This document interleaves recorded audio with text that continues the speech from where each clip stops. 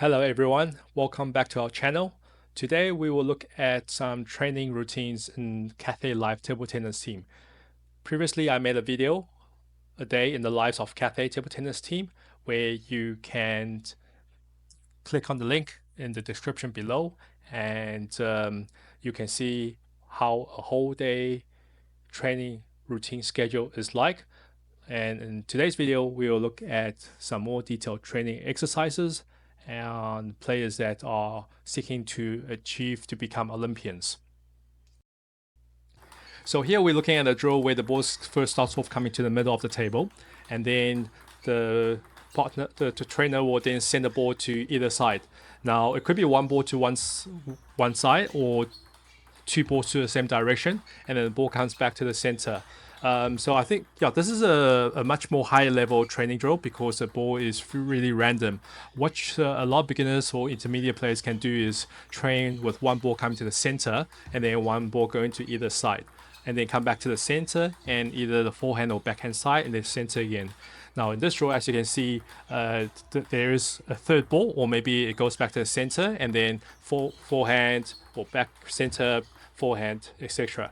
Now we can have a look at another angle. You can see the training partner is male. For female players, they can basically train with male players where the males are faster and more powerful. So it gives a better quality training for the female player. So now let's have a look at her movements. When the ball's coming to the center, it does cause quite difficulty, where if it's on the two wings, she's able to either pivot on the backhand side to use her forehand or swing with her backhand. But in the center of the table, she had to adjust. And that's the main reason for this drill, is to move to your left, your right, and the center.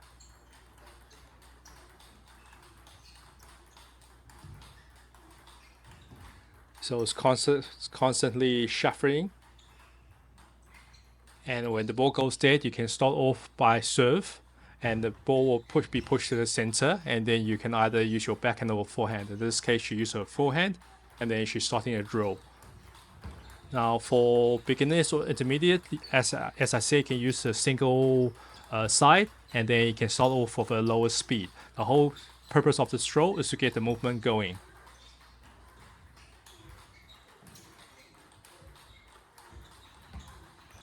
Now for the next drill, this is more common. I'm sure you've seen it before. So it's basically forehand, two on the forehand side, and then using your forehand on the backhand side again. So it's 2 and 2.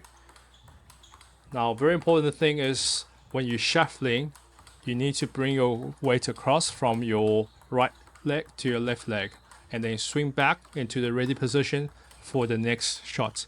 And then you shuffle, and then go to forehand side, and then shuffle on the backhand side.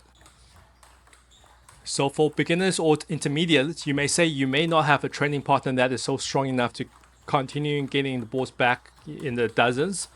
So in this case, what you can do is you can use multi-ball. So you have a feeder going 2 in the forehand, 2 in the backhand. Very important is to get the tempo correct and to get the movement going. Okay, so 2, 2. This way, in a real match situation, when the ball comes to you, you're able to move a lot more swiftly.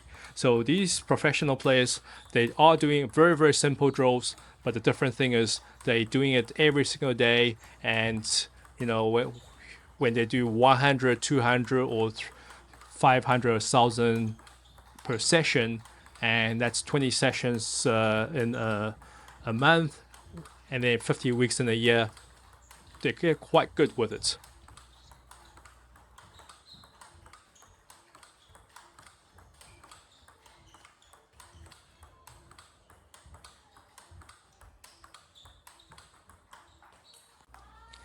Next draws for our chopper friends, our defensive players. So basically step out for chop against topspin.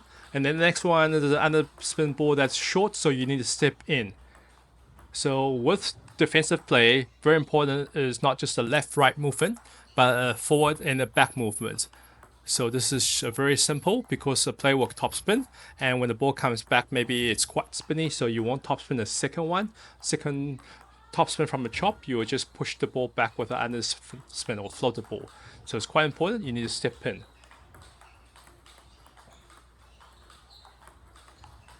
So of course, if you don't have a strong training partner, it's a feed. The first one is a topspin feed. The second one is just underspin feed.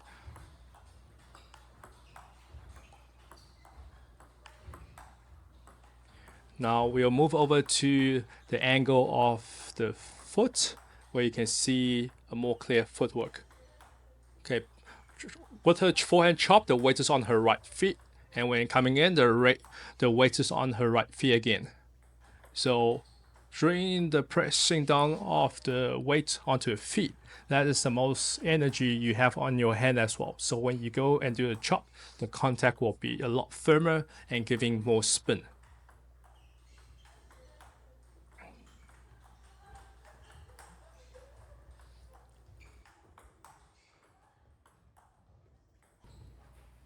Now the next row is doubles. I'm sure you haven't seen much double multi-ball training before. So it's quite often we do left and right handed pairing. And very important is that each player needs to step out of the way for your partner. Now this current phase is quite simple, where they each do one push and step either to the left or the right. But what happens is where you get pushed, like in this case, into blocking your opponent, then your partner, then you need to go into circle and step out and then step back and then step back in. So the coach in this specific case, she's purposely making that happen. Okay, so one each, step around, step back in, one each, one each, one each, one each. Okay, now she's forcing a step around and then continue. Get into recovery position. Okay, get back into recovery. Okay, so that's quite a good drill. So multi-ball is quite often you have more than one set doing the drill. So when one set of players hit, the other one's resting. Now this next drill is a two-wing topspin. So if the ball goes on the far side, you need to step over to topspin, backhand, topspin.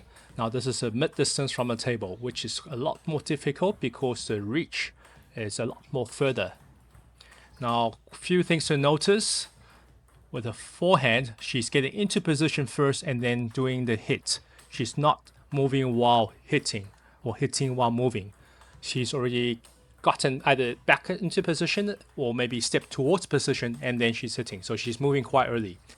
So you actually see there's two steps. So one is stepping into position and the other one is another step to do the shot. So there's two movements per hit. On the backhand side, you'll notice that she's stepping down, getting the weight onto the left before swinging her waist. She's so from the table, she can't just swing with against the ball. There won't be any spin, there won't be any power. So from the base of the foot, if you generate your power from there, the ball will be pretty spinny. And you can see she's actually exhausted. This is a very, very tough exercise. Now the same drill. Now this play is a bit short, so she doesn't have the coverage, but it doesn't stop you from playing mid-distance and playing two wides, forehand wide and backhand wide. Okay, so again, very, very important is her weight, her center of gravity is very low down. And when the ball comes on the backhand side, you can see she's already there waiting for it and then using the energy from the base of her foot to generate the power, the acceleration of the ball. Okay, her backhand is actually a lot better than her forehand. Her forehand is actually a bit slower in terms of getting position. I prefer the previous player where she's into position, but obviously each player will have their strengths and weaknesses. So that's basically it for this episode, and I do hope you enjoyed. Please like, share, and subscribe to our channel, and let us know if you want to see more. Thank you so much.